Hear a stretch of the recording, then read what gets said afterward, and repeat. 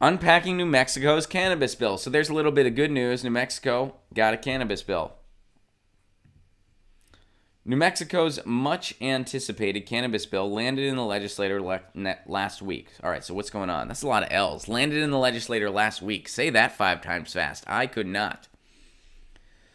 Compare with frameworks in 10 other states that have legalized the plant. I like that verbiage right there. Let's keep in mind pot is a plant.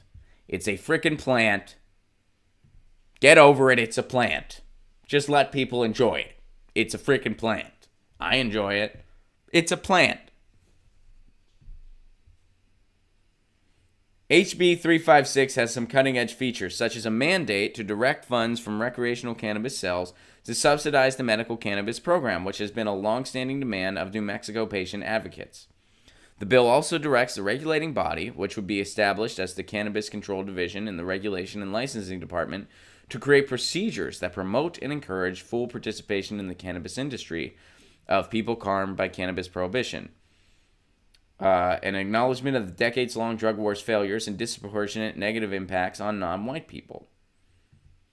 Those all sound like great things. I don't know how much you're going to have to encourage people, though. I think most people, hey, we're encouraging you to try legal pot. We're already 10 steps ahead of you.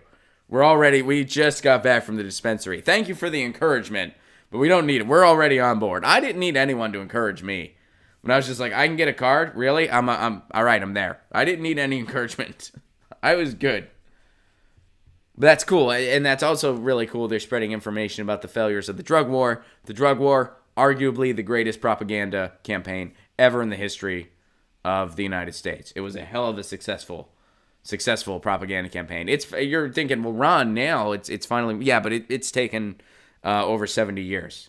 For us, it's been a successful propaganda campaign for over 70 years. And an evil one at that, but a successful one. It was a hell of a propaganda campaign. We're finally poking the holes in it as a society. Finally. Took long enough, but we're finally there. So that's cool that they spread information about that. Let's see what else is going on with this bill. Beyond those 2 provisions, a bill includes a tax structure that would end up more costly for consumers than its equivalents in other states, and includes language to fund a variety of social and research programs. Okay, there are also some contradictions, mainly that the bill would create new severe penalties, even as it eliminates old ones. Okay, that's not good. Below are the 4 takeaways. All right, well, let's summarize these 4 takeaways. This is my first exposure to New Mexico's bill. The bill outlines, okay, so this is the local impact. First, cities and counties have the option of banning cannabis retailers, a business roughly equivalent to dispensaries under the medical cannabis program. They would also be able to level civil penalties and regulate people licensed to grow cannabis at home. Okay? But that's about where their power to ban pot ends under this proposal. Local governments would not be able to prohibit the transportation of cannabis on public roads, nor could they ban licensed medical dispensaries on personal grows. They would have to ensure any retail shop selling cannabis was at least 300 feet away from any school, church, or daycare center. That seems pretty standard. Cities and counties could opt to impose an excise tax of up to 3% on cannabis sales in their jurisdictions. This would come on top of a 9% excise tax from the state applied to the price of a cannabis product. All taxes, the bill says, would be collected at the point of purchase, which is different from some other states. Colorado, for example, imposes an excise tax when cultivators transfer sell cannabis to retailers. Justice for the drug war. All right.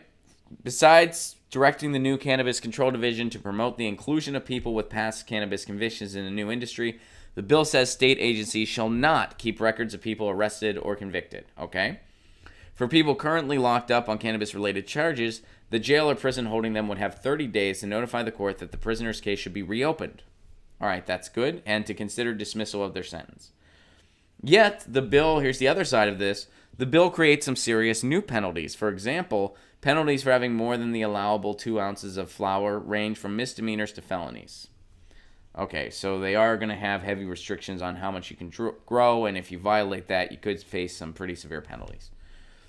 Number 3, how recreational impacts medical. A portion of the state's excise tax on cannabis sales would go to a health and safety fund housed in the Department of Health to subsidize medical cannabis purchased by licensed patients. As a result of this fund and taxes on recreational sales, a gross receipts tax currently levied on medical cannabis purchasers would disappear.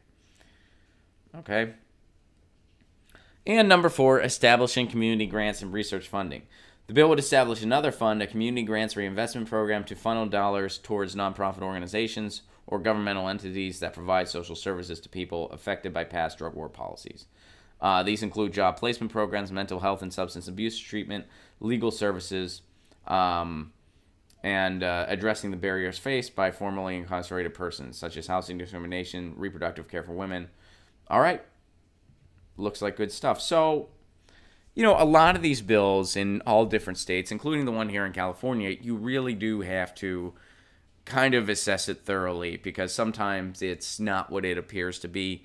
Oftentimes, it's one of those things where there are pros and cons, and you kind of have to look at it big picture. Well, decriminalization overall is a good thing. Having legal recreational pot is a good thing. It does deal a blow to the drug war, which is huge.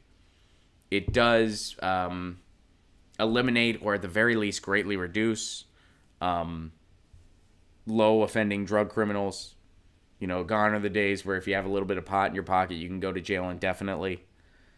So, in virtually all the cases I've seen, and New Mexico seems to be, based on this one article, seems to fall into that category as well. Overall, it's a good thing. Are there some nitty-gritty details that are causes for concern? Absolutely. And you need to be aware of those details.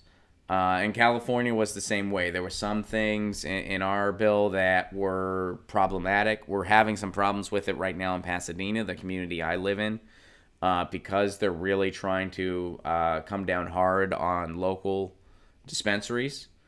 Meanwhile, they're kind of propping up the more, the bigger money dispensaries. So it's having its same problems as every other industry has.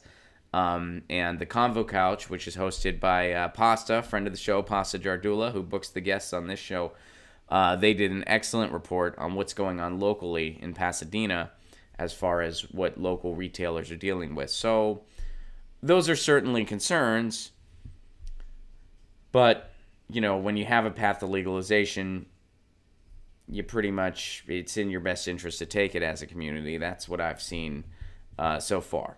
So, yeah, but it's important to look into the cases and look into the bills themselves, because sometimes there's definitely some stuff there that's not what it appears to be. Get your news on with Ron. Don't you want to know what's going on? We're getting our news on today. Get your news on with Ron. Don't you want to know what's going on? We're getting our news on today.